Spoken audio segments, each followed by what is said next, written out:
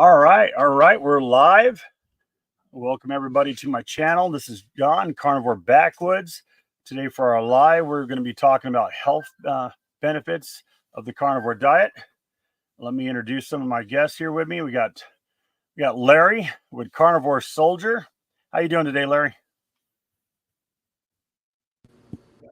Hey, I'm doing good. I'm getting a double playback. Hold on a second. Let me check my.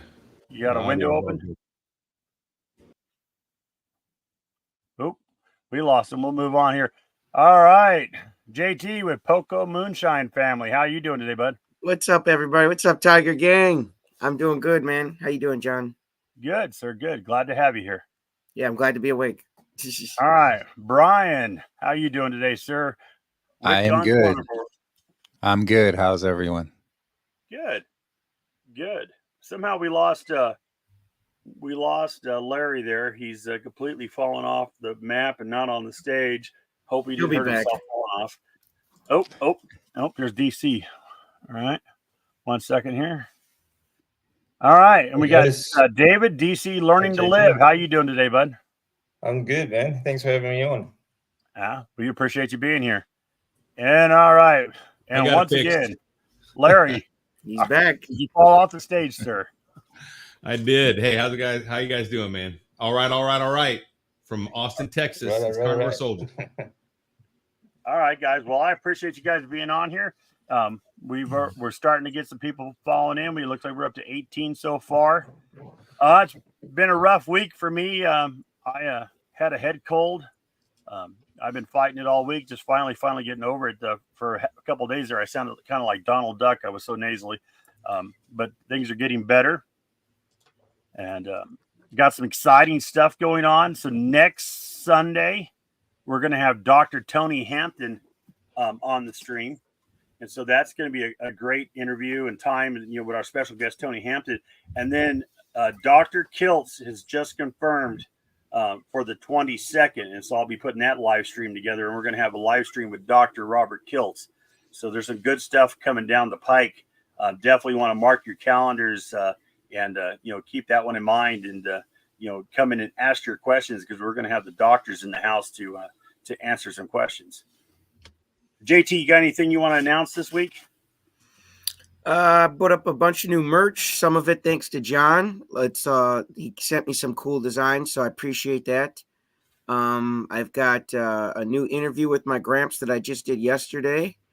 I've got a lot of exciting stuff coming up. I just haven't had a chance to edit it all, but stay tuned to the channel. I appreciate you guys, Tiger Gang. All right, Brian, what do you got going on this week? So I should have an interview with semi-retired Bob, where he interviewed me, going out on his channel here in the next day or two. And then I'm going to be interviewing him, and that'll come out on my channel. And, I've got like live streams. Well, after this one, I guess I don't have one until Thursday. I kind of take a little bit of a break from live stream. So I got my typical Thursday evening live stream, and then I'll just be working on regular content throughout the week. All right. Well, let's go down to Dave real quick. Dave, you're new on the channel. We appreciate you being here. Tell us what's going on in your life. Tell us a little bit about your channel. Tell us how to find your channel. Okay. Thanks for having me on first, John. I really appreciate that. I'm DC Learning to Live. And basically that's what I'm doing. My channel is all about learning to live again and starting again after, pretty much rebuilding everything after health problems. And at the moment, what I've got going on, working on a little bit of some content at the moment, talking about health, improving health with our diet, obviously carnivore, and getting off drugs for one, getting away from pharma, bringing back independence. And I think coming up soon, actually on the 14th, I'll be talking to Larry. So I'm looking forward to that as well. Outstanding. And actually, I'll be having from the 19th to the 3rd of November, I'll be in Japan for a couple of weeks. So I'll be getting a heap of content from Japan while I'm there. I'll be doing a tour of what they call meat yakiniku tabi holiday restaurants, which is all you can eat barbecue meat restaurants in Japan. So I'll be bringing someone that home with me. See if you see Dave Mack there. You need to reach out to Dave Mack. He's in Tokyo. Yeah, I'll be Come bring about the wig. yeah. I'm I'll not be exactly a sure little where bit he's at in north. Japan, but yeah, you should email out to him. I mean, you'll at least be in the same time zone with him, and see if you guys can hook up or something. That'd be cool. Yeah, that'd be cool, actually. Yeah, I got his email if you don't have it. Okay, yeah, sure. All right, I'll shoot it to you after the live today. All right, Thanks, man. Larry, you moved all the way to the last place on here. You're up at the top box. Now you're down at the bottom. Are you happy today?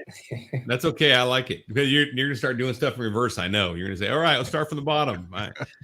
That's always my luck.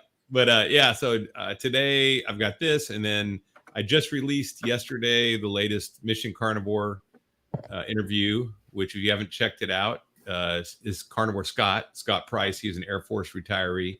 So he talked about his first 80 days, which actually it was 79 yesterday, but we called it 80 for the video, and his successes and what he thinks about it. So that was really valuable. Wednesday, I have my Hump Day live stream with several people on it. I think you might be on it, John. I don't know if you're on that one or not. I got to look. I'm going to be on there, but I'm going to be a little bit late to it because I have an interview with a former fat girl. Oh, yeah. And that's going to go right up to yours. And so as soon as I get done with that one, I'm going to run across town and jump in on your stage. I got to get her on too, because she's a vet, Air Force vet. So I'm going to get her story on here too. And then Friday is DC. We're going to be talking his story and just, I mean, if you haven't seen the cancer story he's got and the earthquake and tsunami, I mean, he's quite the wimp to only be one tsunami, only one earthquake, and only a couple bouts of cancer, and he thinks it's a big deal. But anyway, so we're going to talk about that. Anyway, I love to watch a winner. I love to, I'm a big proponent of resilience, and resilience is not about not getting knocked down. It's about getting up and how you get up and how fast you get up and how effectively. And it's a skill that you have to learn. And the only way to learn resilience, you can't read about it. You got to get knocked down and get back up. And this guy, DC, is a resilient cat, man. He's my kind of guy. So I want to talk to him and find out, his story on resilience and how he built that up. Absolutely. Thanks, Larry. I appreciate that. Yeah. Me and DC have been talking. David and I have been talking. So we're planning some stuff too. I'm on Facebook and social media quite a bit, as you guys are aware, and I'm always posting some inspirational stuff. But he's beating me to the punch most mornings. I get up and there's a fresh post from DC Learning to Live with some really inspirational stuff. So if you're not following him on Facebook, make sure you reach out and look at find his Facebook page. It's DC Learning to Live on YouTube. Is it also DC Learning to Live on Facebook? I don't have that in front of me right now. Yeah, that's right. It's the same on Facebook and Twitter and Instagram. Yeah, definitely give his channel a check. I'll see if I can throw it up here in a little bit to give him a plug for his channel. All right. Well, guys, I just want to thank my supporters here real quick. Let me flip over here. For those of you guys that are on there, if you're into carnivore crisps, they're supporting my channel. They give me a 10% discount. You can get the coupon code there, Backwoods, and save 10% on every order. So check that out when you have a chance. And we will move on to our subject at hand. So, David, you're overcoming, or you're recovering. I don't know. That's not even the word I wanted. Tell us about your cancer story. Tell us about how cancer and carnivore come together. Tell us, where you're at. Oh, that's a long story. That's okay. Where I'm at right now, though. All right. Well, I'll just cut to where I am now. Okay, so I've had 2 diagnoses of stage 4 follicular lymphoma. It's a recurring type of blood cancer that just means that it will. The only hope you have is a remission period, and the more you treat it, or the heavier you treat it, the shorter the remission periods are. and the more treatment you need going throughout, well, for as long as you can handle it, as long as your body can handle it. I had my second diagnosis within 2 years, even though I was still being treated. I had been treated a solid 2 years before and still got the second diagnosis. So that turned into 3 years of solid chemotherapy, basically. But I've kept it in remission now for 9 years on low carb diets, mostly eating, just meat. There was a period there where it was, a mixture of everything, because there was that period where you just think, well, hang it, what's it going to do? Give me more cancer, sort of thing. So I ate everything. But after cleaning it up and then going carnivore, all of my blood markers right across the board, my lymphocytes, platelets, and everything have, in my most recent blood tests, have all come into a normal, healthy blood range for the first time in 12 years. Nice. Way to go, brother. So it's it's like I keep saying, it's a healing diet. It's a healing way to eat, and it's the proof is in the black and white. It's about right now. I've gone from unable to move on 40 plus different medications down to 0 medications and doing pull-ups. Not only, well, yeah, pull-ups. I can do pull-ups with a hand clap at the top. So I'm doing all sorts of things. Deal. Yeah. So it's a whole. It's given me a whole new life. That's outstanding.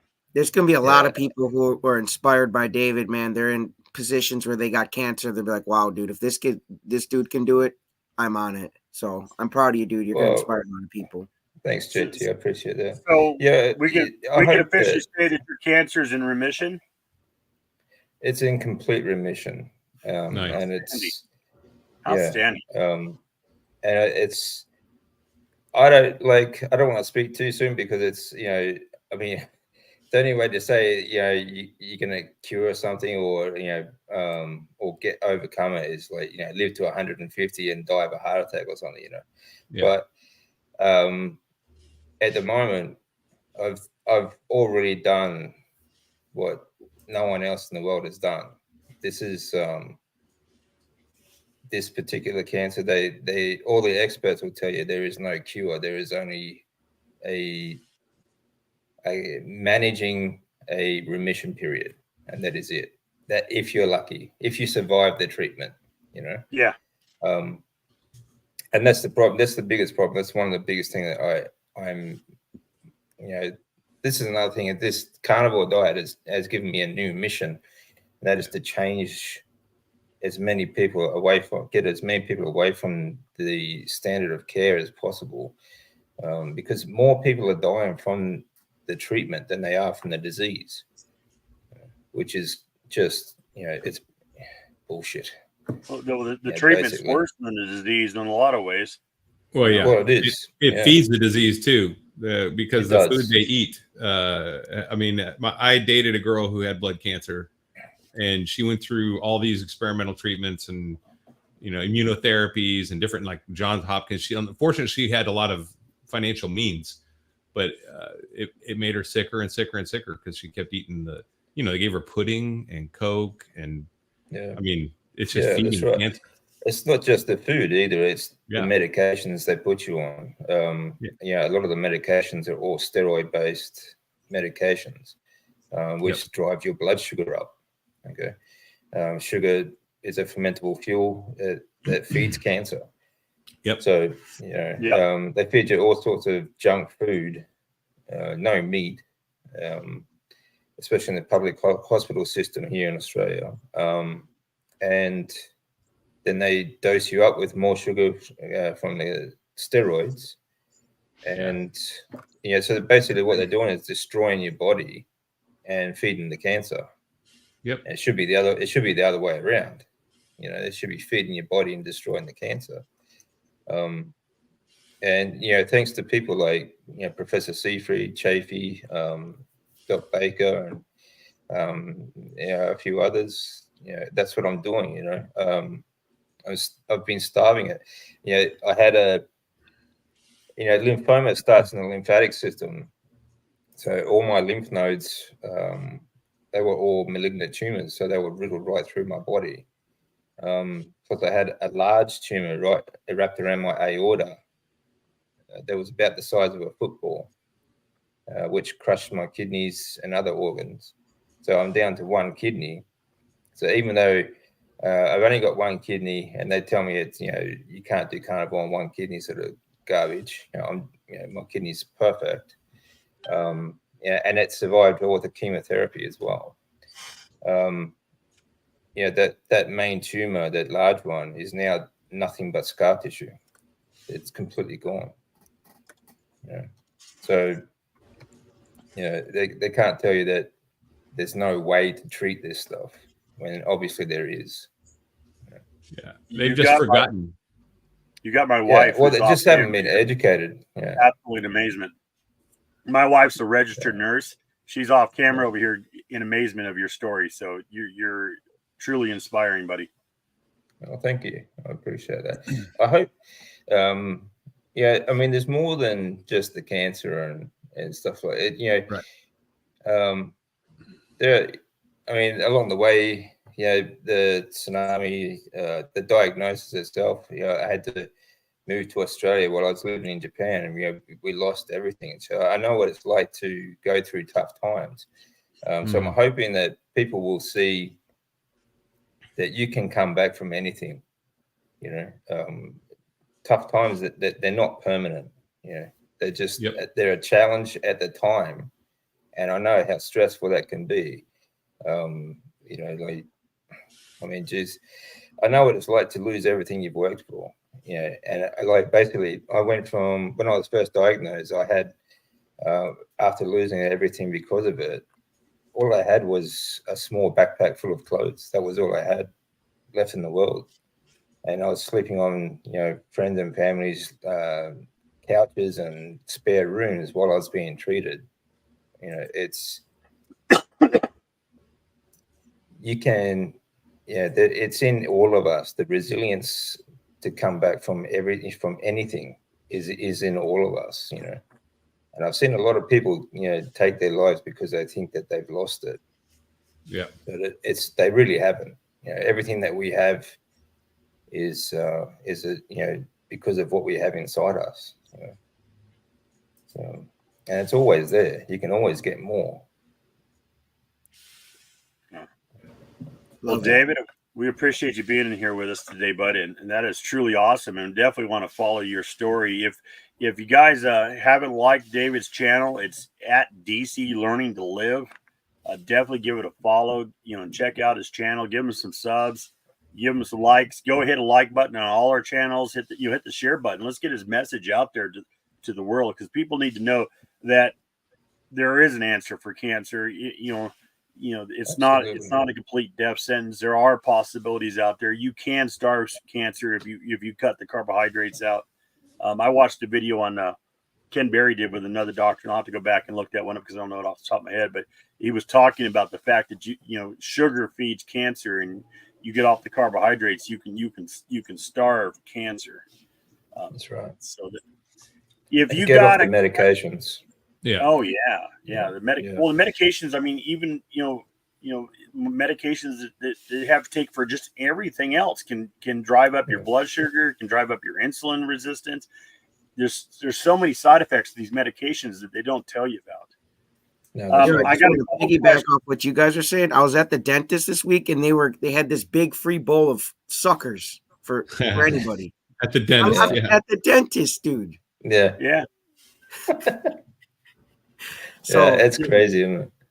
It is absolutely crazy. You gotta stay when in I was going business through somehow, I treatment, guess.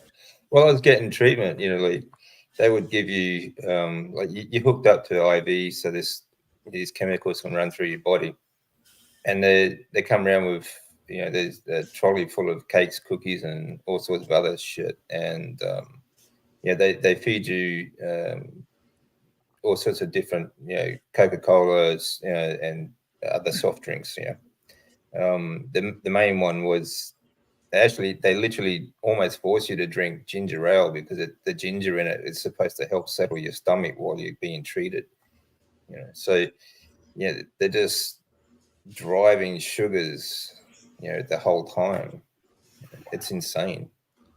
And I didn't think much of it at the time because I just figured, just these are the experts, So, and, some of these so-called experts would tell me that, junk food is actually not it's pretty good while you're going through cancer because, there's not enough nutrients in it to feed the cancer. Which it just doesn't make sense, even at that level. Like you're thinking, well, there's no nutrients in it. How is it going to help your body in any way? They literally told me if I wanted something else extra to eat, sort of thing. While I was actually in the hospital overnight, there's a burger shop next door. Like Hungry Jack's. Here it's Hungry Jack's. I think it's called Burger King over in America. Yeah. But something like that. It's like, that's just not going to happen. It's insane. It really is. I think one of the good things was because I was on so many medications through my first round of treatment, I couldn't stomach it. I couldn't keep anything down. So I literally just stopped taking a lot of the medications. I think that really helped. I'm not telling anyone to stop taking medication, but I couldn't keep them down anyway. But so I just stopped taking them after about halfway through. It's just, So these are things we have to change, Absolutely. Yep. It's not like the evidence is not out there, if I can find the evidence, if I can find the studies, so can they. Well, and those studies have been around a long time, right? From the 1920s and the 1900s when they were starving cancer with rats, but that knowledge all got lost or put away. Well, locked away, Otto Warburg, it's still there though. Yeah, it's still there. But the problem is, these doctors and nurses, they're not bad people, right? On average. Like the people that I was dealing with, they're good people. I still see my oncologist every 6 months. They just don't know. They just don't understand because they're not educated that way. And I wasn't either. I was a strength and conditioning coach, and I wasn't. I did do a lot of nutrition, but the thing is, it's the education system is all geared towards feeding pharmaceuticals.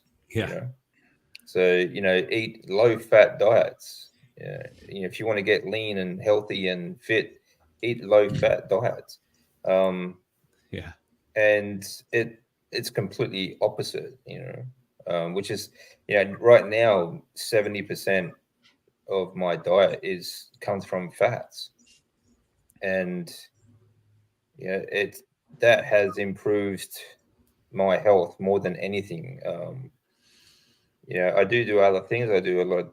I do deep breathing exercise, and of course exercising is key as well because and this is actual proof that we are built to move. Our lymphatic system needs movement. It needs muscle contraction to push that lymph fluid around your body, and your lymph fluid is made up of fat soluble vitamins, minerals, proteins, white cells, and it's also the waste, collects waste from your mitochondria and other things.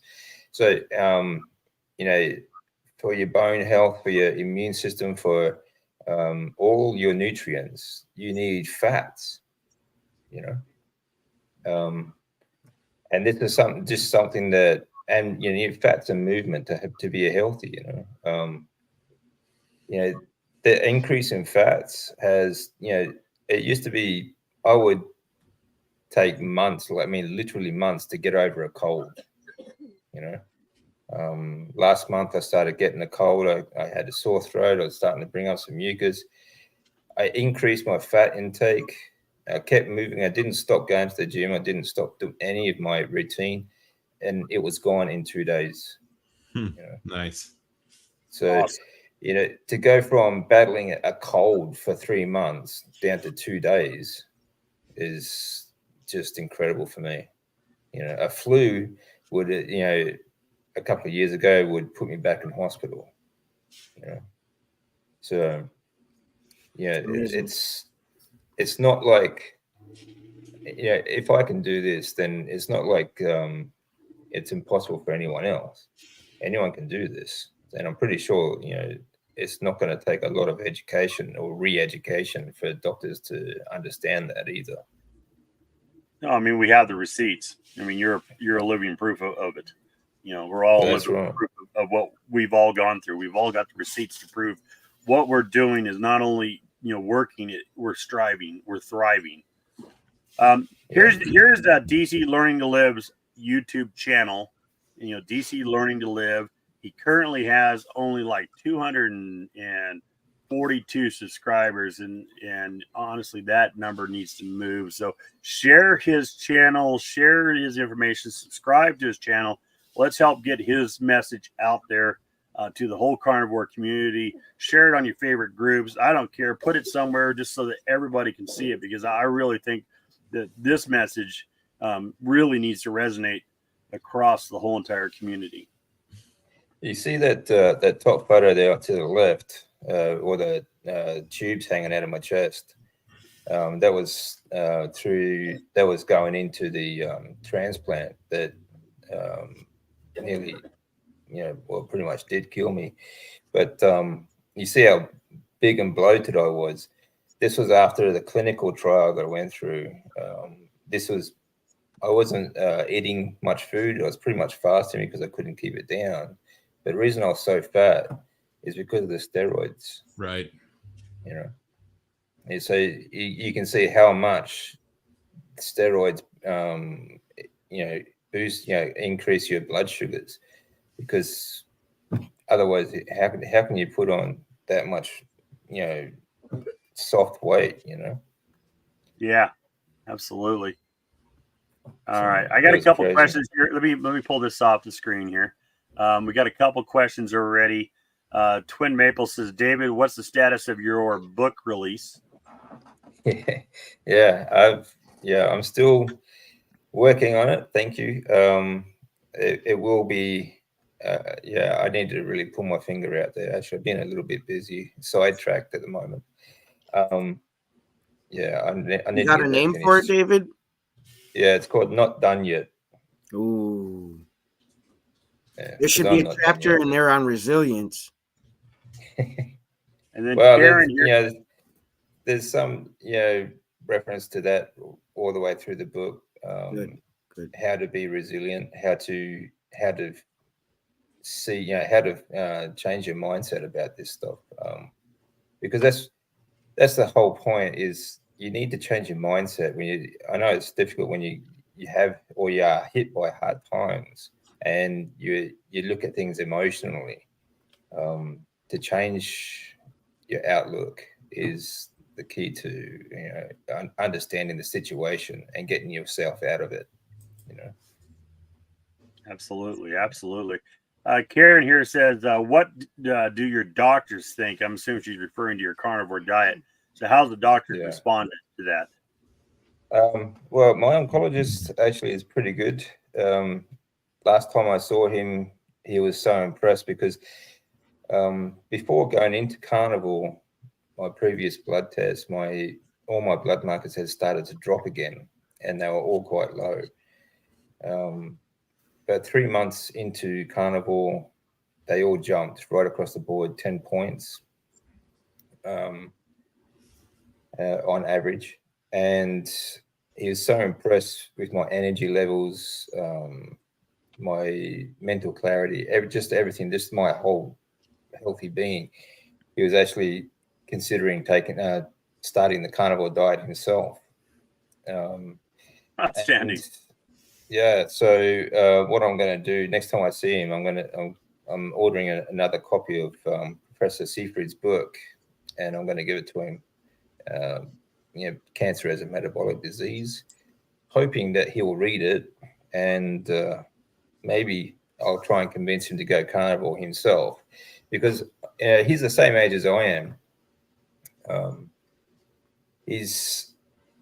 Every time I see him, he just seems to get sicker and sicker. Like he's always catching colds and flus and things. Who's the doctor? Right? You're turning into the doctor. Yeah. So, hopefully I can convince him, and maybe, I mean, there's not really much chance he could do anything about the protocols at the hospital, because he's pretty much trapped in the system himself. But maybe, we can help push a change. Maybe, I'm not sure.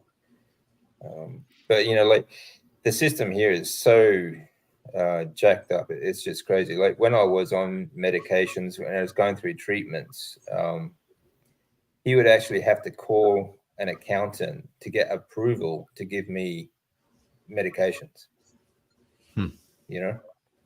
Like why is the oncologist asking for approval for prescriptions from a bloody accountant? What the hell does an accountant know about what medications I need? It's insane. It is. Yeah. But that's what happens that's what happens when you get a socialized medical system. Yeah, bureaucracy gets involved and everything goes that way. I mean, when I was in the Army, I remember that we have a counter artillery protocol. So if people fire rockets or missiles in, we can target them immediately because we have radar that tells us where they're at, and then we can fire on them. And that's the way it used to work for years. But then around 2008 or 9, I think, they introduced lawyers, so that what had happened was, okay, now we got the target, we're going after counter artillery. Let's send it off to the lawyers, and then the lawyers actually go to artillery school to learn what kind of shells they're using. And then, so you got lawyers in there determining whether they can fire back. And then you only have 2 minutes to return fire because they'll leave. So it's like most of our missions got canceled because lawyers. I mean, it's ridiculous, but that's what happens. Government just, good idea fairies come in and they start interjecting themselves in everything they have no business in. Like accountants have no business in that. But that's what happens. Yeah, it's insane. Absolutely insane. Yeah. So, but hopefully we can change the world. Yeah, hopefully. Yeah. Guys, if you got questions for David here, please put them in the comments. Put some cues in front of it. I'm going through and looking for them. Definitely worth talking to here and having some questions of. Honestly, I don't even feel like my health changes are anywhere near what Dave's dealing with. So, I'm in awe of you that you're dealing with what you're dealing with, and the fact that you've gone carnivore and it's helping. That's just awesome.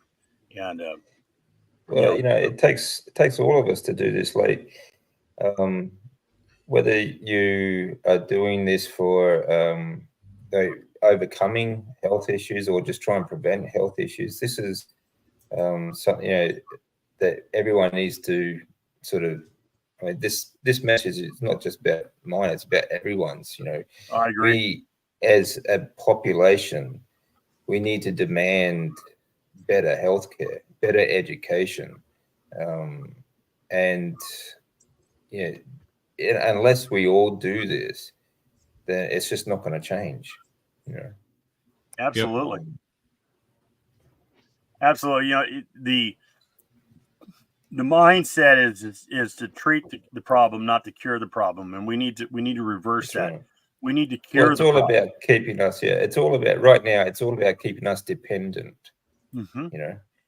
This Absolutely. Is. I mean, this to me, it's not. This is not just about my story. This is about bringing back independence. Like, if we can make people or show people that by becoming responsible for what you consume, be it food, education, everything. You are building your own independence and your own freedom again, because at the moment we are all dependent on pharmaceuticals. The education feeds the food industry, the food industry feeds pharmaceuticals. Yeah. And this is something, this is what's running the world. Like if we want to be independent, if we want to be free, then we need to be responsible, and we can be our own doctors. We can take care of our own health. Absolutely. And it's just something that everyone needs to. They need to be intentional. The biggest problem we have in the world is that people don't think anymore, because they just react to life instead of leading it. They just, everything is given to them. All their information is given to them. We're pretty much hand fed. That we just go to the supermarket, we can pick up whatever junk we want. We don't even have to do that. We don't even have to leave our homes to get fed anymore. Just call up Uber or deliver a pizza or whatever. But look at what it's doing to us. We're just immobile, don't move, completely, just largely sedentary people. Nearly, I think it's like some of the stats just for America, like 70% of people are obese. They're not fit enough to even join the military at the moment. That's fact. I've seen it. Yeah. This is, it's insane. We just got too complacent, and we got too used to everything being fed to us, rather than, finding out, okay, is this what I really want? We don't even think about what we want anymore. We just expect it to be, well, let's grab a burger, let's grab a pizza or something. I tell people all the time that, it used to be if you got a doctor said, hey, you got such and such, and this is what we need to do. 20, 30 years ago, you said, okay, I'm going to get a second opinion before I do this. Now we're just like, okay, yeah, let me take the pills. Let me do this. I mean, well, they rush you in as well. Like, if you ever go to like buy a used car or a new car or something like that, the sales guys are trying to rush you into sign the papers as soon as possible. Yeah, it's the same thing with the hospitals. As soon as you get the diagnosis, they want you in the hospital that day. That's what it was like for me. It's like when I came over to Australia and I was visiting my family. They were about a 4-hour drive from the city hospital out in the countryside, and when I decided to stay to get this all checked out, my GP sent all the data over to the hospital. And the day my wife arrived, they called me on the 4th of January. It was. They said, "Oh, we'd like you to come into the hospital," and like that night. So like we didn't go that night. We went the next morning, but as soon as I arrived, 10 minutes later, I was in the hospital bed. I was being admitted. There was no asking like, how do you want to do it? How do you want to proceed? How do you want to, they just said, look, we have to run all these tests. You have to stay here. You have to do this. You have to do that. And honestly, like your head just is spinning. You've got teams of doctors and, just everyone's throwing information at you. And they gave me about 3 inches thick of all these pamphlets and booklets and stuff to go through reading and stuff, which obviously you're not going to read in a very short period. And the next day they start doing tests. So it's get them in as quick as possible, dose them up, and get on with it. That's about it. So, I got a couple more questions for you here, David. Let me get this one here. Wants to know, is David Pryor military? ? No. Military family. Both parents, Navy. Actually, most of my family are Navy. And growing up, all my aunts, uncles, aunts, cousins, all Navy. But I was sort of the black sheep of the family and didn't go into the military at all. Yeah, I just wanted to do things differently. Okay. And then we got this question too for you here. It says, sorry I'm late, but does Dave have a personal relationship with our Lord and Creator? So, somebody's asking your religious stance. Feel free to answer it or not. Yeah, I mean, I think we all do, whether we know it or not. We all do. I'm very spiritual, and you can't go through everything I've been through the last 12 years and not be. There's a reason I survived. So I just, you can't not be a believer in God after going through everything like that. Yeah, because there is a reason for everything. And I couldn't have got through all that by myself. So here's another question for you. I have a disappointing blood panel come back a couple days ago. Triglycerides went from 162 to almost 200. Laughing out loud, what the hell could cause that on 10 carbs a day, or less than 10 carbs a day? What? Well, there's a lot of factors that could affect that. Could be the carbs. Yeah.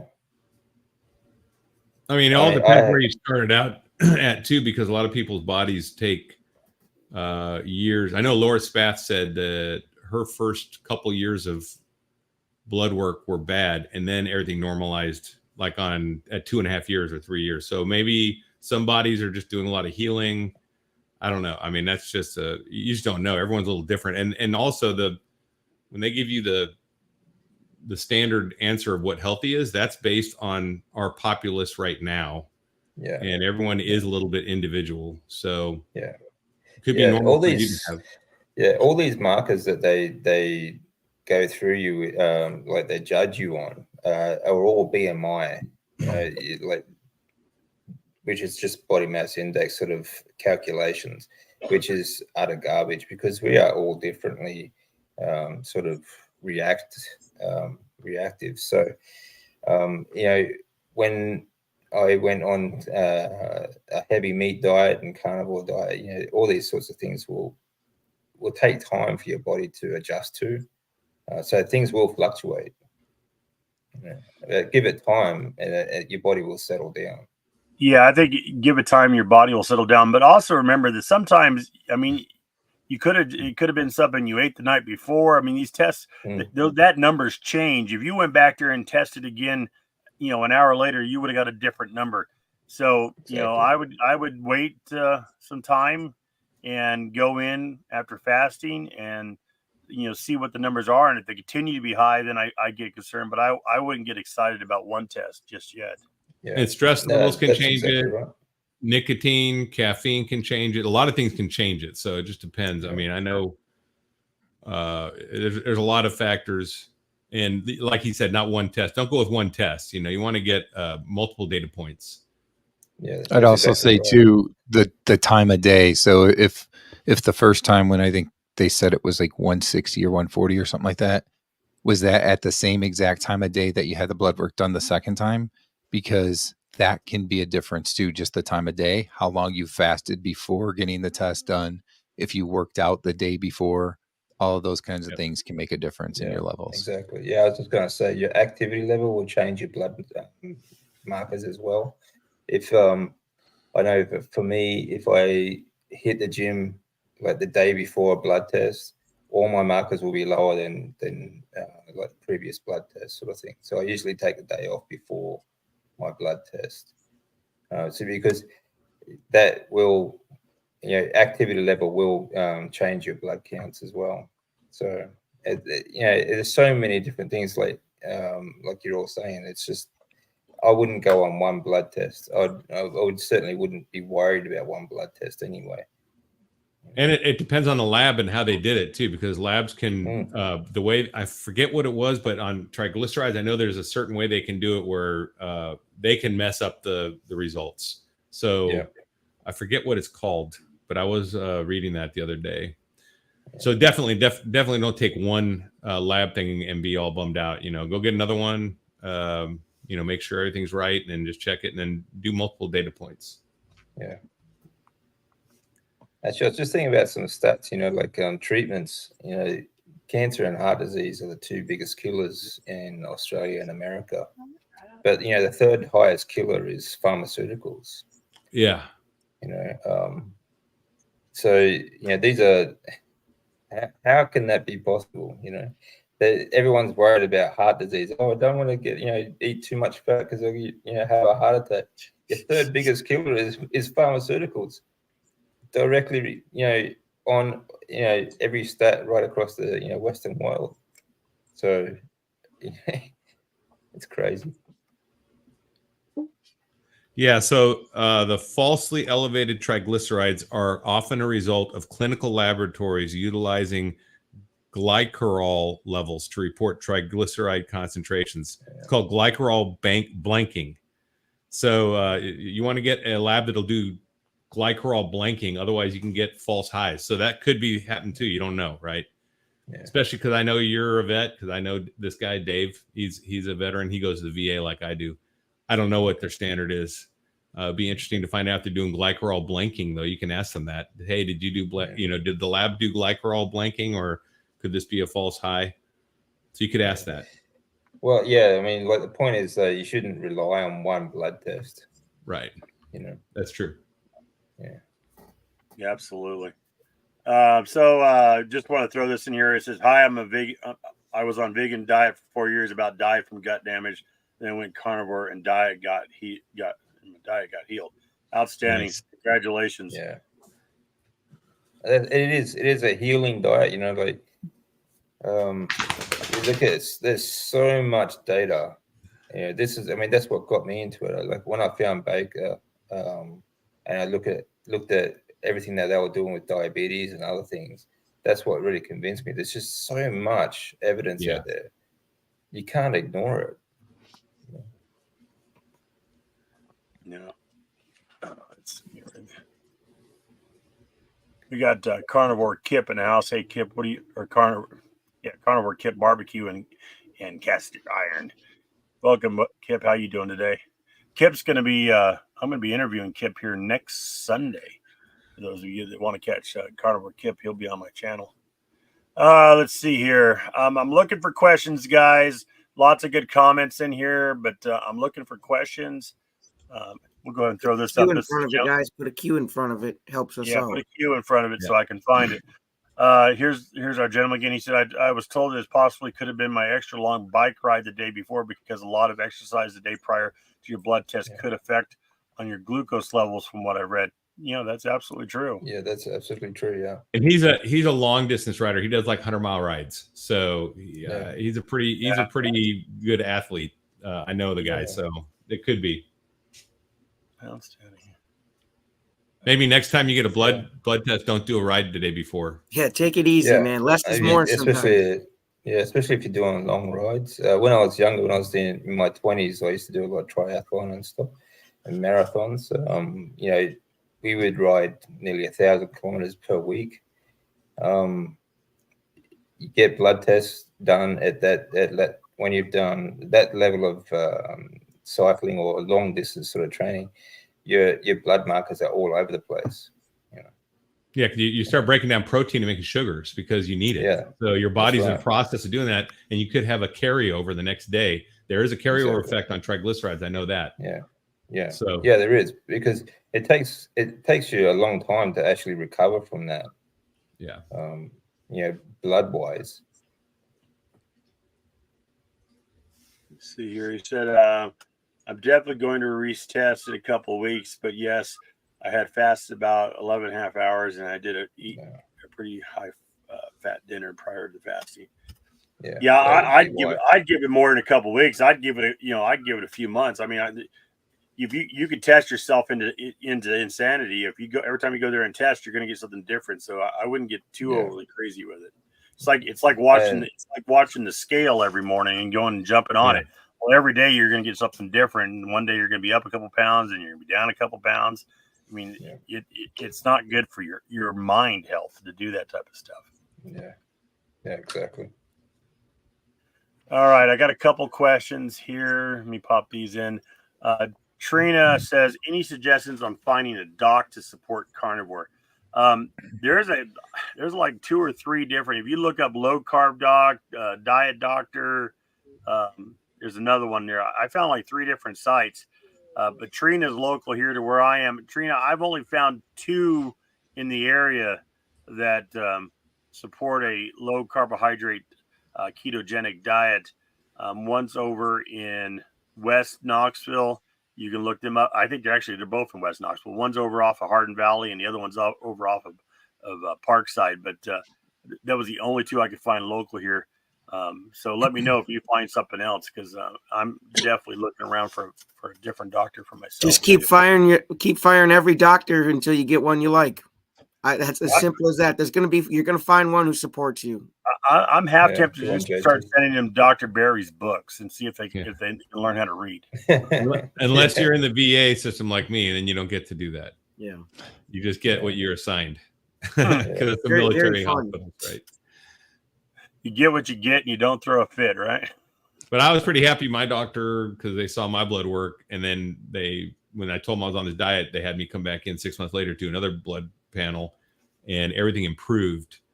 And she's like, I'm like, well, and she's like, well, I wanted to put you on some drugs for your thyroid, but you're still in normal and everything's getting better. Plus you've lost 30 pounds.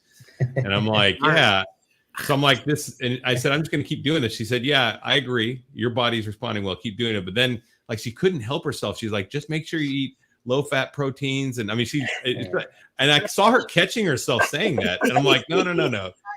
And it's like, it's just ingrained so much that's what she says. That was part of their paradigm. They need to reprogram. That was part of my conversation with my doctor. We went through well, you're looking good. Your blood pressure, your sugars, all this stuff's looking good. Oh, but we're going to have to get you on Metamucil because you're going to have some fiber in your diet. I'm like, no. Yeah. That's what I mean. It's the education. It is. Yeah, it's the education. And so ingrained.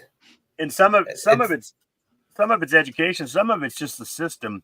The system is broken, and the people who are controlling it aren't doctors. They aren't medical. They're the ones controlling the dollar bills and who's paying what. And we need to overcome, the hierarchy and the structure and get it reset up to where it actually is about curing patients, not treating them. Well, all the dollars are lined up against us. That's the problem. All the dollars are because I don't know how it is in Australia, but we have the Food and Drug Administration. So the government is there managing the food and drug and being funded by the food and drug companies to make us sick. That's exactly the same here. And they're part of the USDA. It's called the TGA. Yeah, here it's called the TGA. It's exactly the same. It's terrible. Except it's I would say it's more corrupt here. At least you guys have a base of freedom. Australia's never had freedom.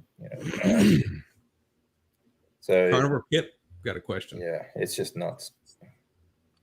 Carnivore Kip says, "What are y'all's single greatest improvement?" JT, you want to start, and then we'll work our way around. No more sleep apnea, man. I used to wake up, and my lungs just would not breathe. They would not work, and it was worse than other times. But when you wake up and you can't breathe, you're just at death's doorstep a lot quicker than you thought you'd be. So I appreciate not having sleep apnea. It went away so fast. It went away within the first month on the carnivore diet. So I'm just glad that I don't go to bed in fear that I might stop breathing in the middle of the night and die. So I have no more fear of dying at night. So no sleep apnea. Outstanding. JT. Brian, what's your single greatest improvement?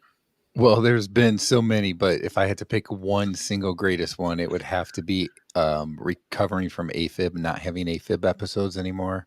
I used to have a couple a week, and that's like a heart thing where the signals get mixed up and your heart starts racing and then go back to normal and then racing and so forth. And I'd have a couple a week, and I haven't had one in almost about 14 months now. I haven't had a single episode, and I've been on Carnivore for 15 months. So that's how quickly it healed for me. Outstanding. Yeah. I had the same My wife problem wants to after say, Brian, chemotherapy. my wife asked, "Are you on any medication still to control your AFib?" I'm on a blood thinner still. I go back to the cardiologist a little less than a month from now, and the last time we talked about taking me off of that, he wanted to see me lose a little bit more weight before he did it. So we'll see what he says this time. I'm I'd like to get off the blood thinner, but I'm not necessarily gonna, like, if he says, well, I still want to keep you on it, I don't think I'm gonna say, oh, I'm gonna go off it. I think I'll wait another 6 months if that's the case, because I think I could lose more weight still. But we'll see what he says. He might be fine with taking me off it now. Sounds like you're on your way, though. Eventually.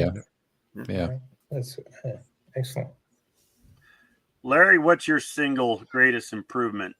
So if I had to lose all my benefits from Carnivore and I could only keep one, it would be my mental health, because I was at a point before Carnivore, and I don't know if I would be able to keep it if I didn't have all the other benefits too, because basically my body was breaking down. I'm 57, right? I came from being an athlete and being an athletic soldier to barely hanging on my last couple of years in the military, and not even be able to run my last year because injuries were piling up and the weight was coming on and my body wasn't responding to exercise like it had. I used to do CrossFit and stuff, and I couldn't do any of that stuff anymore. The injuries are just too much.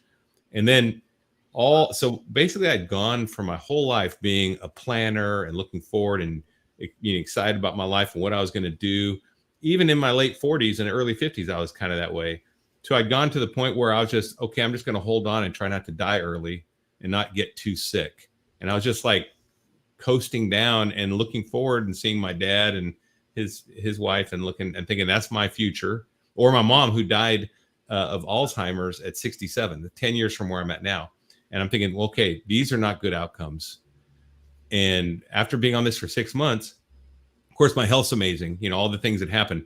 But my mind is now, it's like I wake up and I am optimistic for the first time in years, where I look forward and I'm like, I can't wait to meet people, to do things, to go places, to see things. That is a change in me, and no more depression. The anxiety's gone.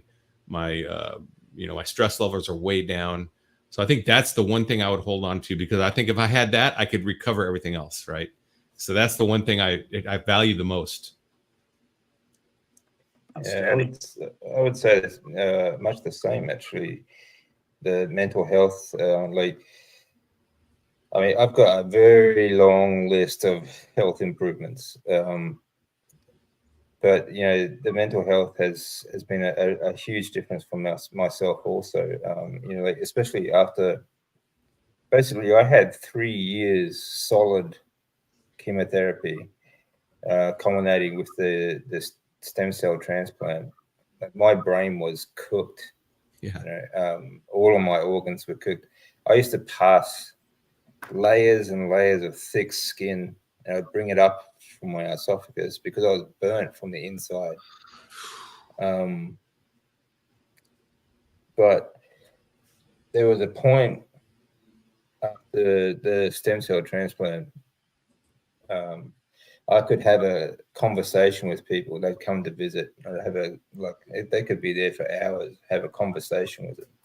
And, as soon as they've left, I would completely forget ever seeing them. Wow. Even to this day, I cannot remember the conversations or ever seeing them there. I just rely on what my wife tells me. These people came and saw you. You're talking about this and that, and I still cannot recollect them ever seeing them. and that took a long time to. My memory's still not 100%, but the mental clarity over the years has just improved and improved and improved. And since going Carnivore, has been like a cloud lifting off your mind, you know. Yep. That has been. I mean, obviously, I have a very long list of these wonderful improvements health-wise. I can move again. That was a really big deal for me, getting off the bed after years of not being able to move, being able to walk again, but being able to think again, that is most important to me, I think. Yeah. Absolutely. That would be my number one. I remember a conversation I had with the wife here a year or two ago where I told her, I said, I'm not as sharp as I used to be. I mean, I used to, it was there, and I was on top of things, and it was starting to get to this point where I was just in a haze, and you'd forget things, and you'd walk into a room and you're like, why did I come in here? And you just start getting this going on, and I started writing it off as, well, I'm pushing 50 and I'm getting old, and I guess this is all old age, and this is what I got to look forward to as I slowly lose my mind, and get older. But the carnivore diet, not only am I sharp again, I'm sharper. I'm doing multiple things. I'm doing YouTube channel, I'm doing Facebook. I took on a bigger position at work, and it's all there, and I'm thinking straight, and I'm planning things, and I'm back on top of things that there for a while was just all mush. So mental health, that's absolutely my number one. And then after that, it's just curing diabetes and getting off all the medications, and I'm almost off my blood pressure medicine. So that would be my number two. But yeah, mental health is absolutely worth it. If I didn't lose another pound, I tell people all this time, they're like, "Oh man, you're looking good. You're losing a lot of weight." I said, I don't even care about the weight loss anymore.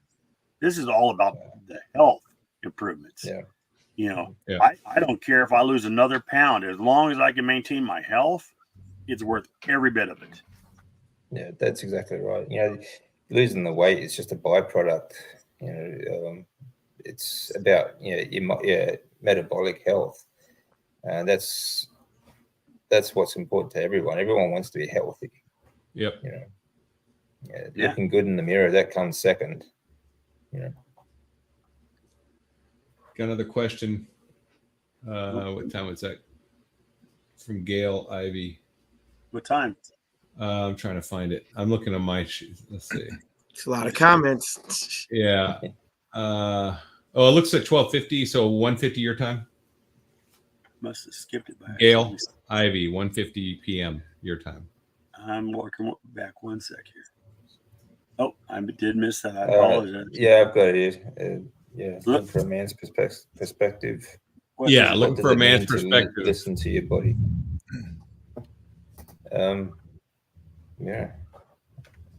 Who wants to tackle that one? All right. Well, I'll start. We'll work our way through. So, I listen to my body is, how I feel about it. If I ate something, I start feeling, start feeling kind of crappy. Your stomach hurts a little bit. You just don't feel the energy. That's, those are things that you're going to listen to your body. Your body's like, hey, I didn't get enough nutrients out of that, or I didn't get enough fat out of that. You're going to the bathroom, and, instead of having, a comfortable bowel movement, you're in there struggling. Well, then you didn't get enough fat in your diet. Or if you're, if it's too loose and you got too much fat in your diet. So it's about seeing how your body responds. Once you've eliminated all of this down to just carnivore, you're going to have a much better understanding of your body, how it affects. Before, you felt so crappy you couldn't hear your body, But now that once you've got down to this diet and you've been on it for 30, 60 days, you really start to get in tune with what your body likes or what it don't like. And I don't know how to explain that any better. We'll work our way around here. JT, what's your thoughts? Just the way you questioned it, the man's perspective, I don't think it's any different for a man or a woman. We just have to listen to our body. If you're like he said, if you walk in a room and you can't remember why you were in there, like I think we've all had moments like that. You get these little things and you're like, man, this could be better. That's that happens for all of us. So we just got to listen to our bodies, like he said, if you eat something and it gives you heartburn, maybe don't eat that again, or if it makes you low energy, maybe don't eat that again. Or if you fasted too long and felt not good, maybe don't stretch your fasting that long. So I think we all can listen to our bodies, man or woman or whatever. So just take the time. And I feel like I've got a better ear. I feel like with Carnivore, it took the earwax out of my ear to listen to my body, and I'm hearing it better than ever. The smallest little things, I'm listening to. Like my body will say, "Hey, man, enough with the dumbbells. Like let's add something else in." So I bought a jump rope, and you just gotta listen to your body when it's begging you for something extra, something more, something new. Go for it. Yeah, that's really good, JT. What do you think, Brian? Yeah, I completely agree with what's already been said. And for me, I don't think it's probably much different between a man and a woman. I think that, yeah, there's certain things that women have that men don't have, and that might change that aspect, but they're still listening to their body just the same, right? And that's the key, like JT said, when you're doing a carnivore diet, and I think John said this too, when you just strip everything down, it's an elimination diet. What you're eating is the proper thing that you should be eating, and no matter what it's talking about, like if you ate something that you shouldn't and your body didn't respond correctly, then for you that's not good. For somebody else, they might not have a bad response to that and they might be okay. And that's what it means to listen to your body is, and same thing, not even talking that, just like how much you're eating and so forth. Everybody eats a different amount. Everybody requires a different amount. And, listen to your body is when your body is full. It's not like eating carbs where you can't really tell when you're really full, right? Because you always had those cravings. Once you've been on carnivore for a while, you kind of know when you're full, and that's when you can stop eating, and you don't have to eat again until you're hungry because you're not going to have a craving like an hour later. So that's what I feel with it. Absolutely. DC, what's your thoughts? Yeah, I'm the same. Yeah, I have a code that I live by. I think that the body will do whatever the mind will tell it to do, and the body will teach the mind that it can push the body further as you get to every level. Once you get past every sort of goal. But having said that, like I used to pretty much ignore what my body did. Like before, about 2 weeks before I was diagnosed, but the day I left Japan, I was in the gym. I had very high stage 4 blood cancer, and I was still hitting the gym hard. That day I think I deadlifted nearly 500 pounds, things like that. But what I've noticed about the carnivore diet, I learned to listen to my body after the stem cell transplant because I could feel the meat. I could feel, the body craving the meat and the fats. So what I've noticed on carnivore is that these responses are very immediate, whereas before, like on a standard diet, I feel like the body was pretty much numb, or I just didn't listen to it. But on the carnivore, everything you eat has a very immediate sort of response to the body. If you eat too much fats in the morning, for example, you're going to be on the toilet that day. If you eat, if you take in something like that's not on carnivore or just reacts differently to you, you'll get reflux like immediately, like that, like in the next hour or so. So I just feel like the body is more sensitive and more alert on a carnivore diet. So everything is a very immediate response, which is great because you can then adjust immediately as well. You can adjust a lot quicker. So I think that's a great thing about the carnivore diet. And I don't think it matters whether you're male or female. I think the responses are the same. They're always going to be immediate responses. Agreed. Larry? Yeah. So coming into a carnivore diet from a standard American diet, you got to understand that, one, eating 3 meals a day is a construct. It's not the way humans eat. Okay. That's just something that fits our schedule. You know, the breakfast being the most important meal, that's marketing, pure and simple. So the other thing is your hunger signals are completely broken because you've been eating seed oil, sugar, processed food, and refined wheat and trans fats. They have broken your signals so that you think you need to eat all the time because you're always hungry. So you can't trust them. You have to go on carnivore to clean that out. And that's the elimination diet. And then you'll find that your hunger signals will be legit, but they're very subdued. They're muted. You have to learn to listen to them. And that's when we say, eat when you're hungry and eat till satiety. Well, you know, we are so used to eating when we're bored and eating when we're emotionally stressed. That's not even hunger. That's just like, I need something in my mouth right now. That's a oral fixation, right? I'm going to eat this cracker or something.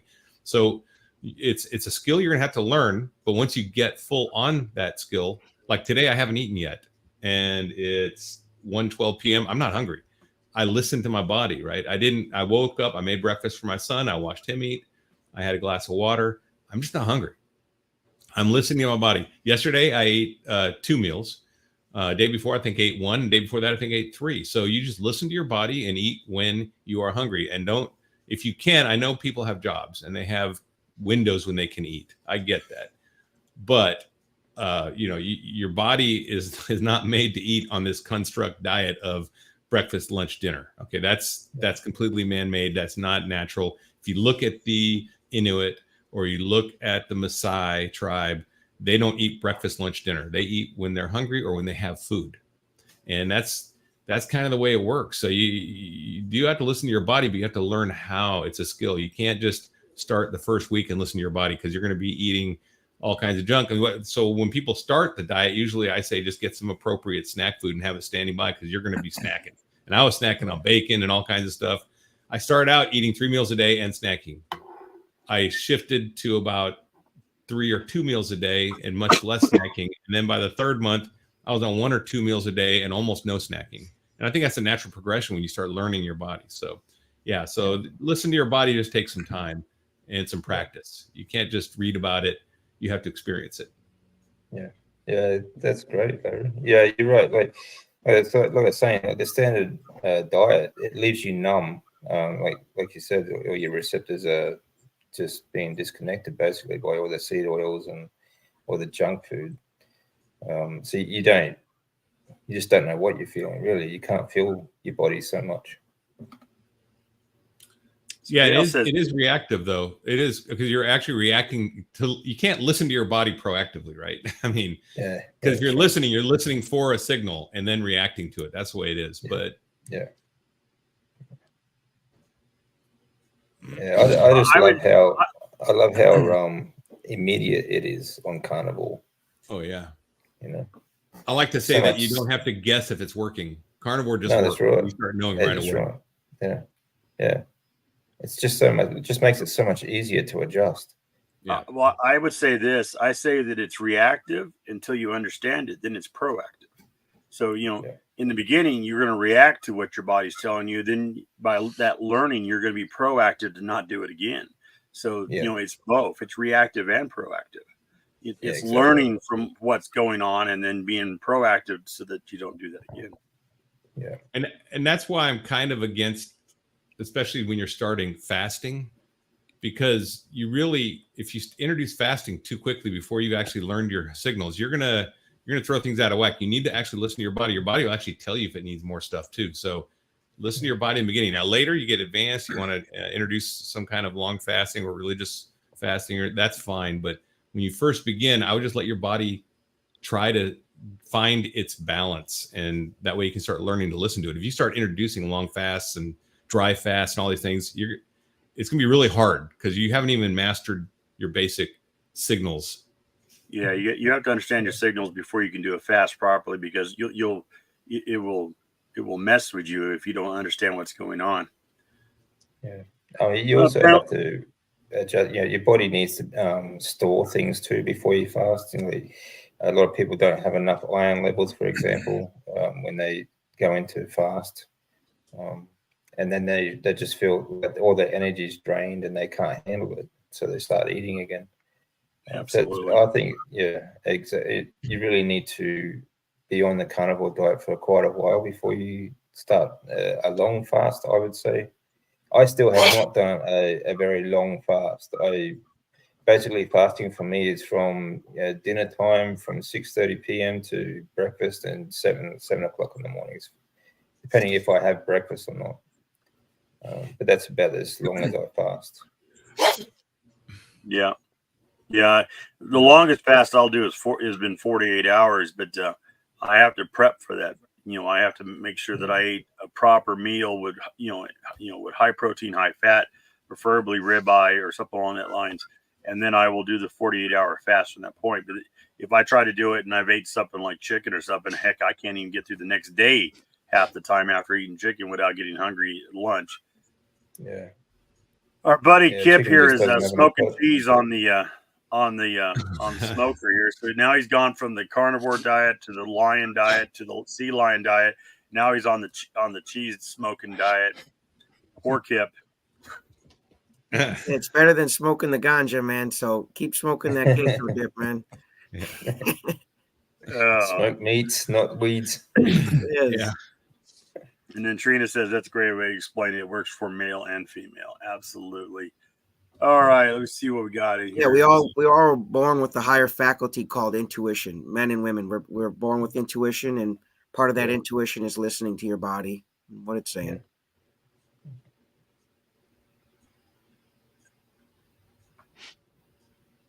I'm looking through comments, guys. Yeah, there's a lot of them. Trina's got another question. For Trina, at the bottom. Trina, at what time? At the bottom. I see it. There it is. What do we got here? I have never tested my ketones or had my blood drawn since I started. What do you think? Should I go get my levels tested? No, not unless you need to. I mean, there's no requirement to do it. You can do it if you want, but if it makes you feel better about it, then absolutely. But I don't see the need to run out and do it. What's your thoughts there, Larry? Definitely not ketones, because you're going to be in ketosis if you're eating low carb. I did it in the beginning, but that was more of a keto thing where I was managing my carb intake. But on this diet, you can't help but, because you're doing a quote unquote zero carb diet, which is as close to zero as you can get. Don't worry about ketones. They'll be there. That's not something you have to monitor. But your blood work, like they said, I mean, I get my blood work done annually, and whenever they called me to, because they require it, because I'm a veteran and they do that. So other than that, I never used to get my blood work done typically. If you feel good, you use your non-scale victories, your mental health, your physical energy, your motivation, your weight loss, all that. If that's all tracking in the right direction, you're probably fine. But I'm not a doctor, so that's just me. That's what I think about myself. Yeah, I agree. I mean, there's really no reason to have blood tests. I mean, just go on how you feel. You feel okay. I mean, unless you have a medical problem that you need to gauge it against. I mean, the only reason I take blood tests is because, obviously, for tracking my health conditions. Other than that, I don't see a point in having a blood test done.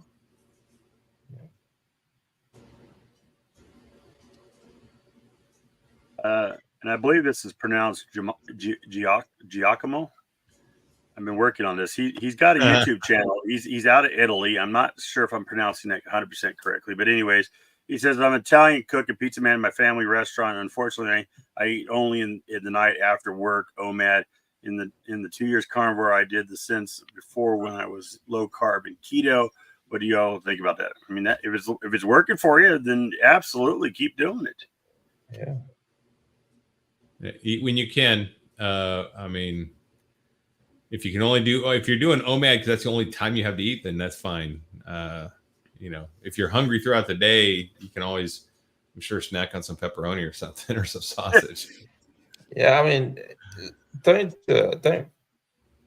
stress too much about what time of the day you eat. If you have like a limited window in which you can eat, then use it.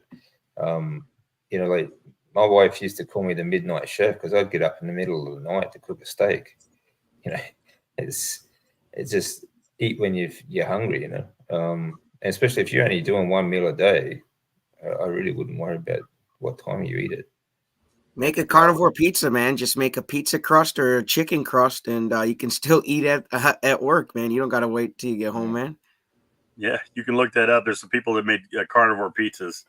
You might find that entertaining.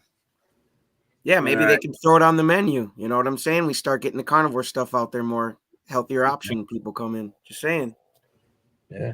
Carnivore Kip's got to run on us. So bye, Kip, if you haven't already left. See you later, Kip. You got to tell Kip that if he wants some real barbecue, he needs to come down to Texas sometime, and we'll explain to him. Man, how, we got a barbecue. Oh, throwing it down. Although he does smoke, so that's good. That sounded like a challenge. Yeah, if he wants to smoke, man. Throwing the gauntlet. I'm all about smoking meat. Oh, I felt the burn all the way up here in Tennessee. Yeah, I never knew carnivore smoke so much, man. Poor guy's probably already left and getting burned. All right, guys. Well, we're just under an hour and a half into this. We've gone around here. I mean, I had Dave just kind of got us all in silence there to listen to his story, which was definitely inspiring to hear. Wait to the audio book. Yeah, I'm excited to hear more about his story as it goes on, and how he's going to overcome and defeat this, and set the story straight. Yeah, absolutely. David's setting the bar, man. He's setting the bar, and he's setting the bar real high. So, yeah. So we appreciate you being in here with us, bud. I'm going to go around. Having me on. You know, if there's any more questions, now's your time to get in it. I'm not. We've gone through here. I'm not going to drag this all out unless we need to. Speak now or hold your peace. Yeah, speak it now. Put the cues in there and ask some questions. Otherwise, we're going to call it a day, and I'm going to prepare for my live stream tonight with Carnivore, Oregon, Becky. Vorgonian, I like this. Vorgonian, yeah. Yeah. Anyways, let's work around, and what's your thoughts, JT? What do you got going on? What's your thoughts for closing this out, sir? Don't compare yourself to someone else's health improvements. Just like when I got all excited watching Kerry get all his health improvements, it wasn't a jealousy. It was like, man, I didn't have all the things he had going on, and I don't have all the things David and everybody else had going on, but we all have our own things, and we're going through them together. But just get excited for your own self, your own results, whatever they may look like. If it's sleep apnea, try to get rid of it. If it's IBS, try to get rid of it. If it's blood cancer, try to get rid of it. If it's depression, try to get rid of it. But don't compare yourself and say, well, this person had this. Just take your time, make good decisions with your diet, drink the water, get the salt in there, stay carnivore, as low carb as you can, and give yourself time to heal, because we didn't make all of these damaging in diseases and things overnight. It took a while for us to get there to do all the damage, and unfortunately it might take some time to undo them. So just be patient. Good stuff. Good, yeah. Brian? So I'm going to take a little bit of a track here, and I'm going to talk about the hospital food, since Dave was talking about that in Australia. In the US, it's really just as bad. So I had somebody that was in the hospital that I was visiting this past week, and they were in there for heart stuff. The next morning they were going to have a procedure done to have I forget what they call it, a heart cath, where they go in and look for blockages. And so they were on the heart healthy diet in the hospital, which it even says on the menu, it says low fat, low sodium. That's what they go with. And so the eating options were very weird. You could literally order a packet of sugar, a packet of artificial sweetener, or as many packets as you wanted. Anything that had sugar in it seemed to be okay. And it's based on the government's standards, right? The guidelines that they provide. So the hospitals have to follow those guidelines, and it's just crazy. Like under eggs for the heart healthy option, you had to do the alternative, which was just egg whites. Jesus. Which is interesting because some people even have allergies to egg white, so they would just eat the yolk, right? But it was interesting. You could have all kinds of salad dressings, which are made with seed oils. It's just, sugar, seed oils, that kind of stuff are fine under a heart healthy option that you have to take if you're in the hospital for a heart type of reason. And then you need to be low fat and low sodium. And it's just crazy. And I think that is unbelievable that we continue to go with that same standard. There's research out there. There's science is always improving, yet the guidelines from the government never change. It's the same story that was fed to us 60, 70 years ago. And it's like, we don't think that anything has changed with science, that we haven't learned that maybe, okay, that actually is good for us and something else is bad for us. That they just don't change. And at some point, I think that the country or the government has to change those guidelines because they're so out of date. And, they originally said that they changed the guidelines because we were starting to see disease trouble. Well, it's worse than it's ever been. And it's always been going up since they changed those guidelines. So when are they going to change those guidelines? I think it's all about money, and they're never going to. But that's right. It's all about money. They don't want to change the guidelines while they keep us dependent. They don't want one-time customers. They want repeat customers. Yeah, if it ain't broke, don't fix it, David. Right? Yeah, that's right. That's they've got us dying slowly enough that we think we're living. That's the best statement I've ever heard. They got us dying slowly enough that they think that we think we're living. That might become a T-shirt or something. That's a great statement. It's just the truth.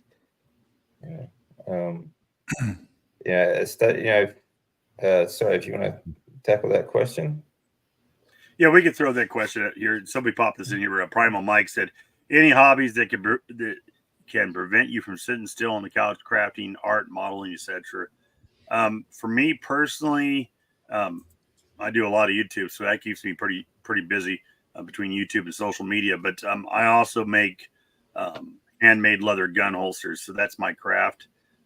You can find my Facebook page at Collis Holsters on Facebook.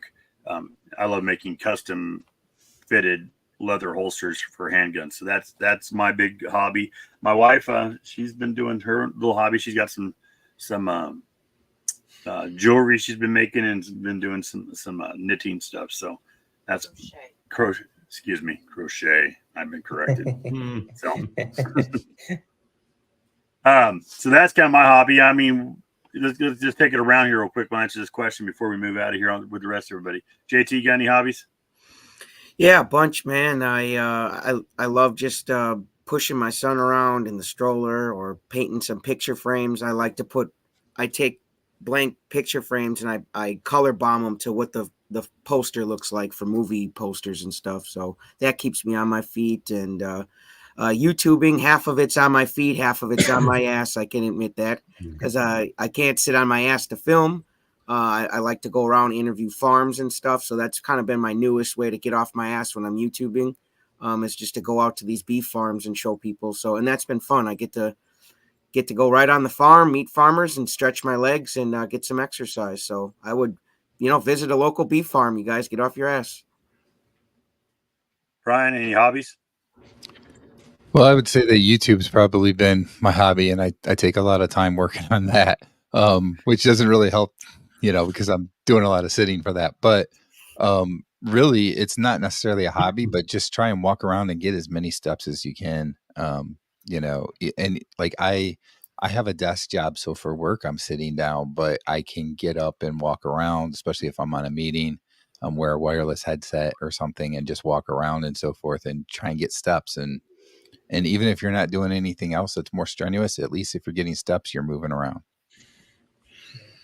All right. Larry? Yeah, I like to hike, and I do wear a weighted vest, similar to what DC was wearing on his stairs. I guess that was yesterday or the day before. I do like to wear that vest when I hike. It's similar to what I wore in the military. It's only 40 pounds. I think the regular loadout was like closer to 60 in the Army, but it's still good. And then I do like four-wheeling in my Jeep and working on my Jeep. So I like going off-road. I have a veterans group I hang out with, and we go off-roading together because, a lot of times you get stuck and you got to get the winches out and figure out how to get your vehicle back, recovery, and that kind of stuff. It's fun. It's a lot of physical stuff. And, spending time with my son, going to his soccer games and going to his track meets, that kind of stuff. It's fun. I enjoy that stuff. So doing stuff with my son too. Yeah, I'm much the same. I have a lot of varied interest. A lot of my interest started, different interests started when I couldn't move, so I couldn't get off the bed, sort of thing. But so I started making. I like making things, craft, like little miniatures, sort of buildings and things. I'm learning to play piano, drums. Drums are fantastic, especially for learning coordination, trying to get the body moving again. I love going to the gym, love sports. I don't like watching sport. I don't watch anything on TV. I like actually doing it. I like to get out, go for a walk. If not, go for do some sprint training. And the more resistance, the better. So like the other day, I did, like Larry mentioned, I do stair sprinting with a weighted vest. And, I like to get outside as much as I can. I think the body is built to move. And, to stay healthy, you need to keep moving. Just wanted to bring up one quick thing. When I was in high school, we had to come up with a slogan for activity and stuff. And this girl came up with the slogan. I'm sure you guys heard it too. Use it or lose it. And like you said, the body's meant to move. So use it or lose it, folks. Yeah, exactly right. I know a lot of people have trouble. There are a lot of people who can't move very well, or just they're stuck on the bed or couch or anything like that. But there is always something you can do. There's sitting exercises. I mean, there's ways to start to try to get off the couch, right? That's right. Guys, did I miss a question from Underrated 17? Did you guys see that? I didn't see it. I found it. It's at 2:13 your time. 2:13. Okay. Can the Bible be real and not constructed despite the term man-made? Can the biblical foods be real and wise for us to eat like real bread and pomegranate? Well, real bread is man-made, so that's right. I mean, so if pomegranate is a fruit. I mean, if you're going to eat a natural meal, I don't think the Bible is telling us what to eat as far as a menu. I think our body kind of does that, and there's plenty of examples. So, I actually had a lady tell me today that eating carnivore was against what the Bible teaches. She said somewhere in the Bible it says the meat's not even supposed to touch your teeth, and I said, well, I must have missed that because I'm religious and I eat a lot of meat, and I think I'm doing just fine. So I think just listen to the body that God gave you, and that would be a good gift that you could give back to God by listening to what He gave to you. That's pecking out little information out of the Bible and trying to put it into a context bigger than that. So here's my only thoughts on this. I mean, this is a hard topic for any of us to probably really want to delve all the way into on this particular live stream. But you have to understand that the flour that we make our bread from today is not the flour that they made bread from, in biblical times. Exactly. They have modified our wheat, they have modified our plants.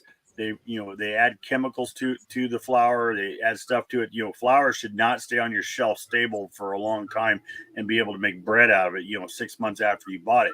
It's a plant. It should go bad. So they've done a lot of stuff to it, and that's why bread, I think, is probably one of the bad things. I mean, obviously there's carbohydrates in it, but there's not a lot of carbohydrates in it.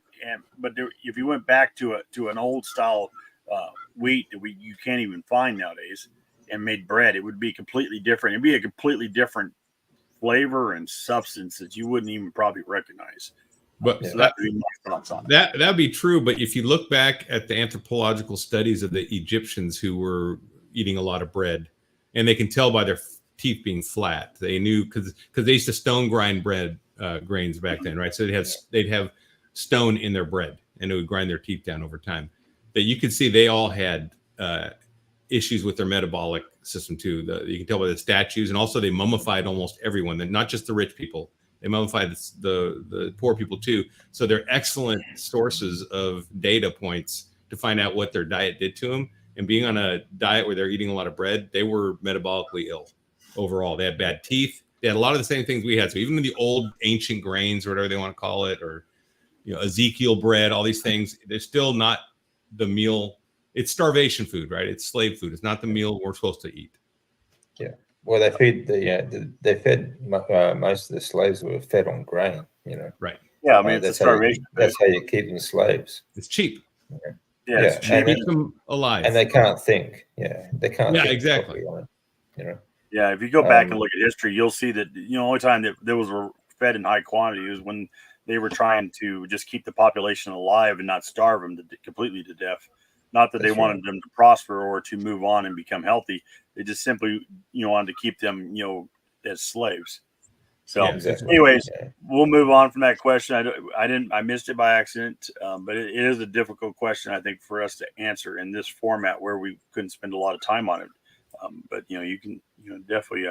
I think I would reach out to somebody like Sean, Intentional Carnivore, he'd love to have that conversation with you. Yeah. Let's see what we got here. Just another thing, I don't think people need to stress too much. If they have, for example, if they have homemade, I mean, like you said, the flour is not the same like a couple 100 years ago. But if you have a slice of bread, like every now and then, like once a week sort of thing, it's not going to kill you either. Don't stress too much about, you don't want to eat it every day. Yeah. But like once a week or every now and then, you're not going to really, it's not going to do you any harm either. So I find it interesting that no one ever brings up the Bible when people are eating donuts and burgers and drinking a Coke. Then it's only when you're doing carnivore, man. Yeah. It's not just that. I mean, it's any.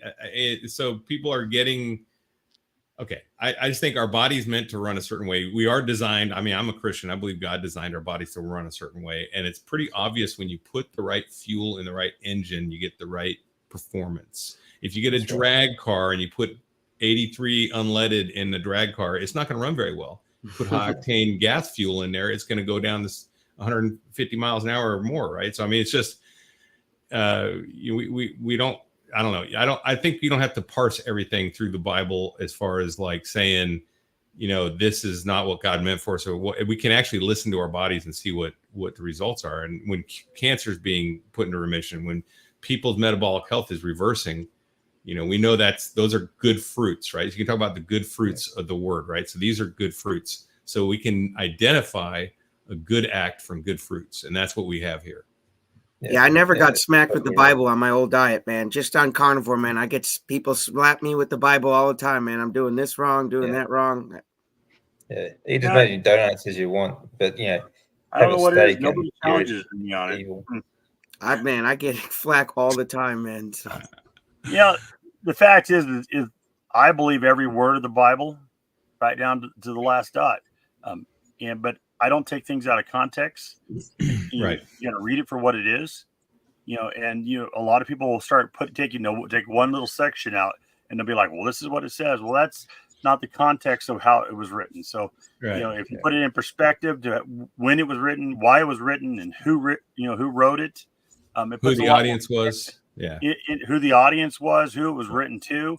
And if you go back and do some research into the actual original language of the Bible, then you can get back into the original context and the original definition of the words used, which helps a lot because the translations between Hebrew to the King James version and then all the newer versions that have come out, the translations don't cross completely, and some of the words are used and how we use them today is not how they were used at that time. But that's a story for another day. We're gonna move past that.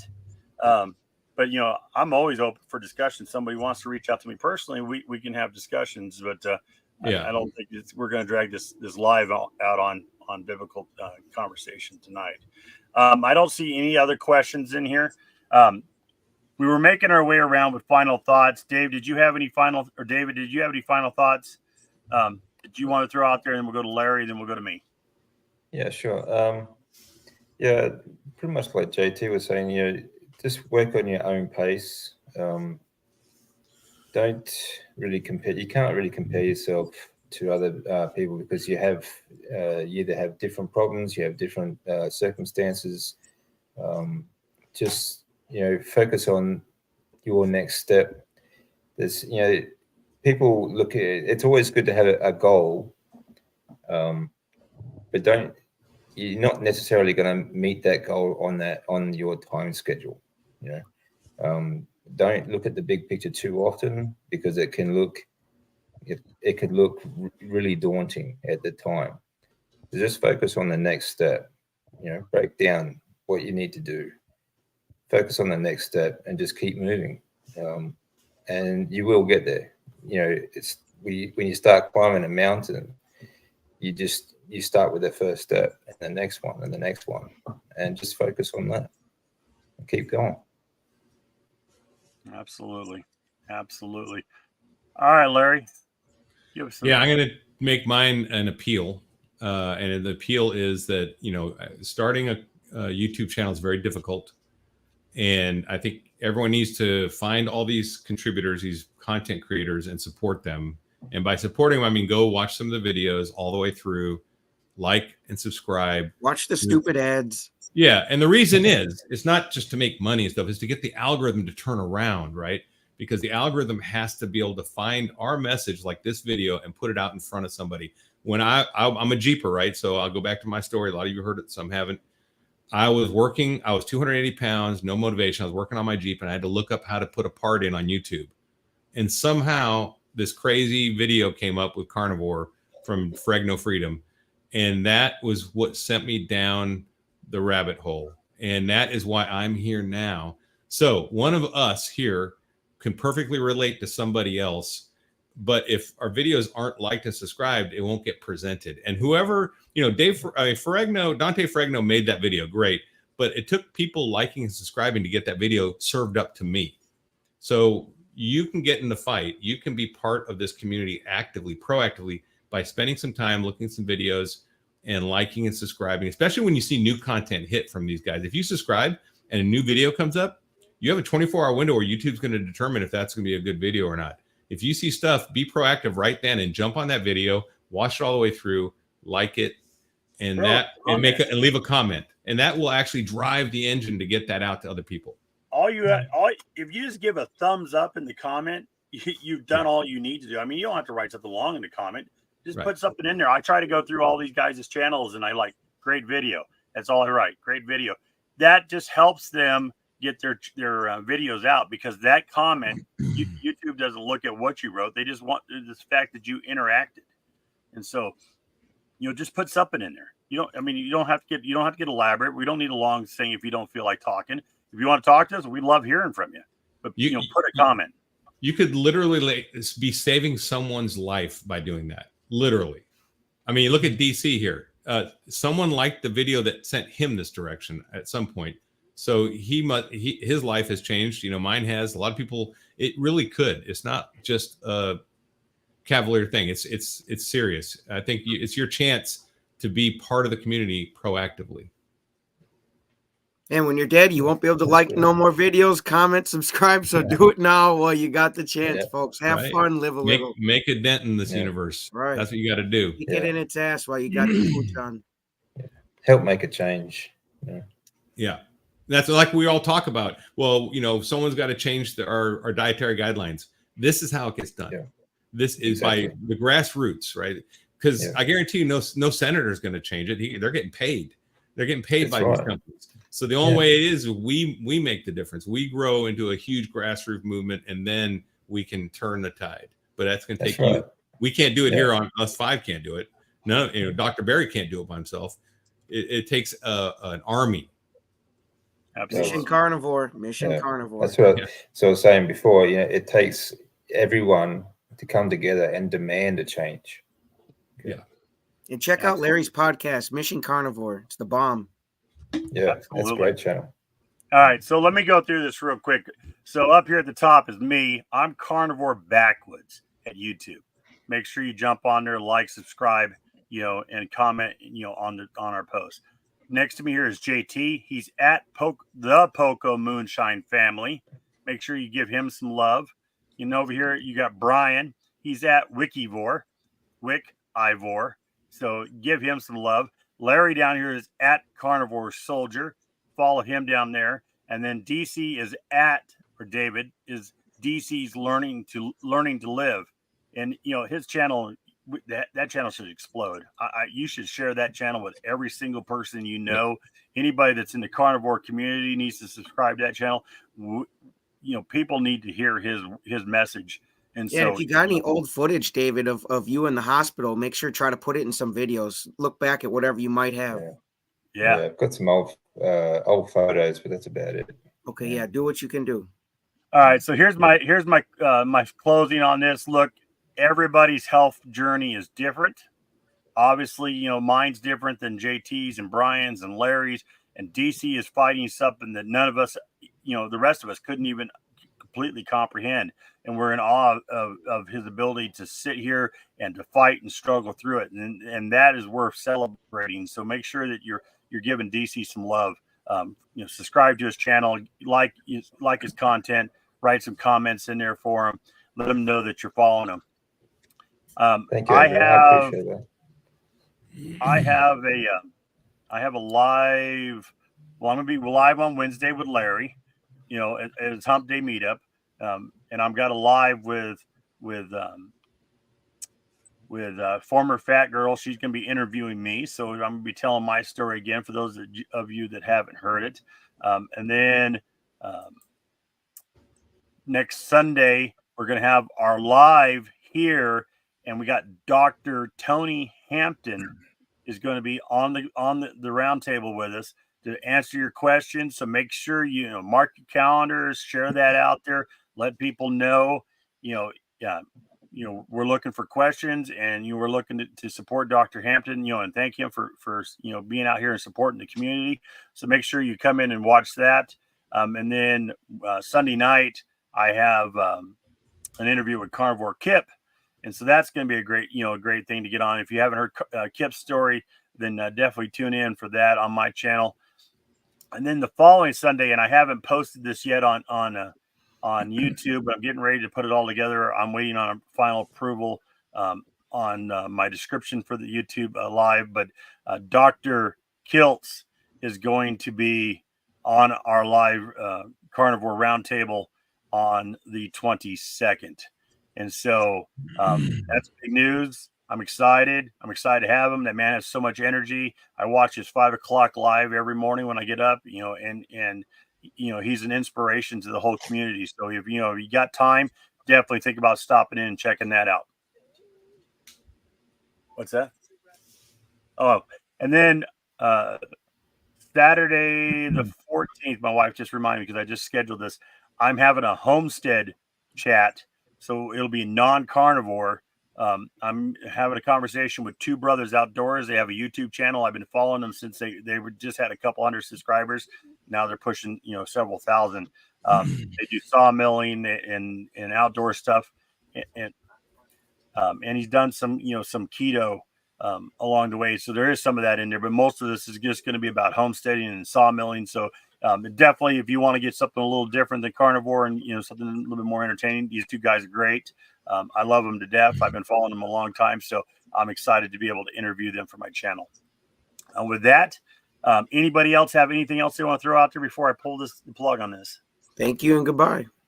All right. Yeah, thank you, everyone. Actually, just one thing. Remember, take responsibility for your food, and that is a way to freedom. Get off the dependence of the drugs. Okay. All right, guys. I'm going to put up my closing screen here. 10 seconds. If you mute your mics, I'll catch you after I close the live.